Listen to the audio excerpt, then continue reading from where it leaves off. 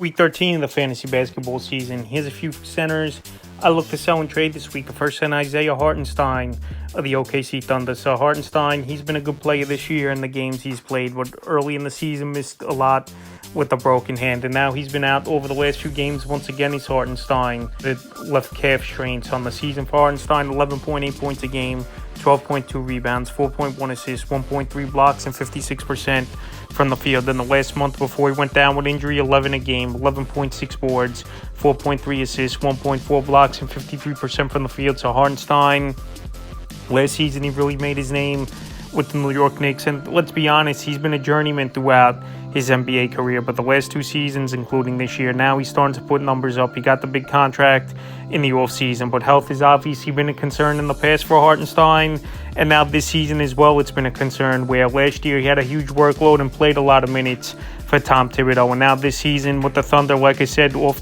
the bat, he didn't play. He had the broken hand, and now out once again is Hartenstein, even though it should be short term. So like I said, he puts up numbers when he plays, but I believe he could be one of those players that misses a lot of games, is Hartenstein. And obviously that could be a concern. January 10th at the Knicks, 6 points, 9 boards, 6 assists, 2 steals, 2 blocks, 33% from the field. January 12th at the Wizards, 10 points, 12 boards, 2 assists, 57% from the field. And January 14th at Philly, 9 points, 16 boards, 3 assists, a steal, block, 57% from the field. So now it's about a week it's a week timetable now for Hartenstein, and he's going to be reevaluated as Hartenstein, and we'll see if he's back on the court sooner than later. But like I said, he doesn't have a lot of minutes under his belt. Maybe that big workload last season, a lot of minutes took a toll on him, and it definitely did this season as well, with injuries coming up left and right to start in the first half of the season for Hartenstein. So like I said, he's putting up numbers, but he's still a sell-high candidate for me as Hartenstein. I think someone still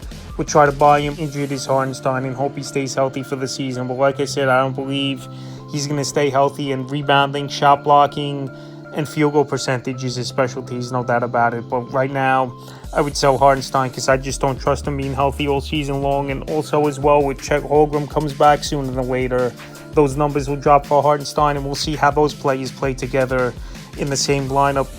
Next sells Jalen Duren of the Detroit Pistons. So another solid year on the year, 10 points a game, 9.7 boards, 2.3 assists, 1.2 blocks, and 70% from the field. So his rebounds per game are down 2 for Durant from last year, and his points per game are down almost 4 points per game. And over the last couple weeks, 12 points a game, 11.3 boards, 2.3 assists, a steal, 1.4 blocks, and 77% from the field. So Durant, old school type of center, a lot of layups, a lot of putback dunks, no doubt about it. Good rebounder is Durant. But like I said, his numbers, they've been solid, but his ceiling is limited as well, I believe, for Durant, where rebounding is what he's going to bring you, but scoring the basketball, 15, 17 points at most he's going to get you per game. Field goal is going to be good, but he's not going to hit threes.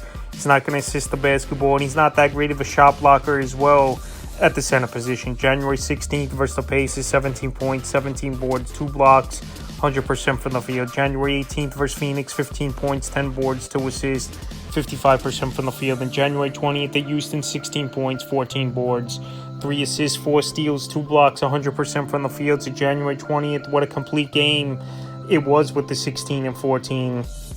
To add 2 blocks, 4 steals as well. That's peak value right there for Jalen Duren. And I'm not saying trade these players for anything, but I just don't believe these numbers are going to stay to what they've been for Jalen Duren. Like I said, the rebounding numbers will, but everything else is going to keep up to par for the most part is Jalen Duren. And this Piston team, they've definitely improved from last season and this year, already passing their win total this season in half a year. So right now, Duren's playing good basketball.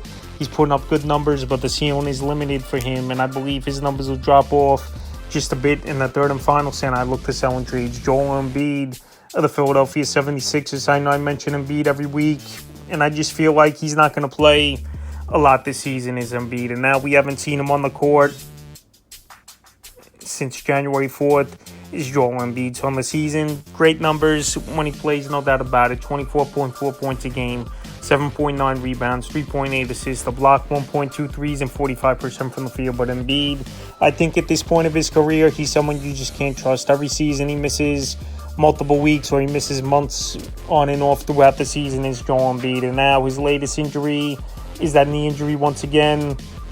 where there's swelling in it is Joel Embiid, and he's getting evaluated 7 to 10 days from the last week. So let's say he gets evaluated towards the end of the week or the early next week is Joel Embiid. That's another week he's going to miss minimum for the Sixer team and for fantasy owners. And like I said, he's just not been healthy. Last season, he fought through it in the playoffs with the knee injury, and he put up a lot of points and played through pain, no doubt, is Embiid. But as a center that big and a lot of wear and tear on his body, I just don't think Embiid is going to play much this season. And it wouldn't be surprising to me if news comes down in the next couple weeks that he possibly could be out for the season. So right now, if you're a fantasy owner, is the Embiid owner, and you just want to get him off the roster right now, I think you could still pull off a decent type of deal for Embiid. Obviously, you're not going to get peak value for him, but I believe all season long, even if he does return and puts up a string of games in a row, I don't believe fantasy owners are going to give up a lot for Embiid, even though when he does play, he puts up numbers. So right now, Will Embiid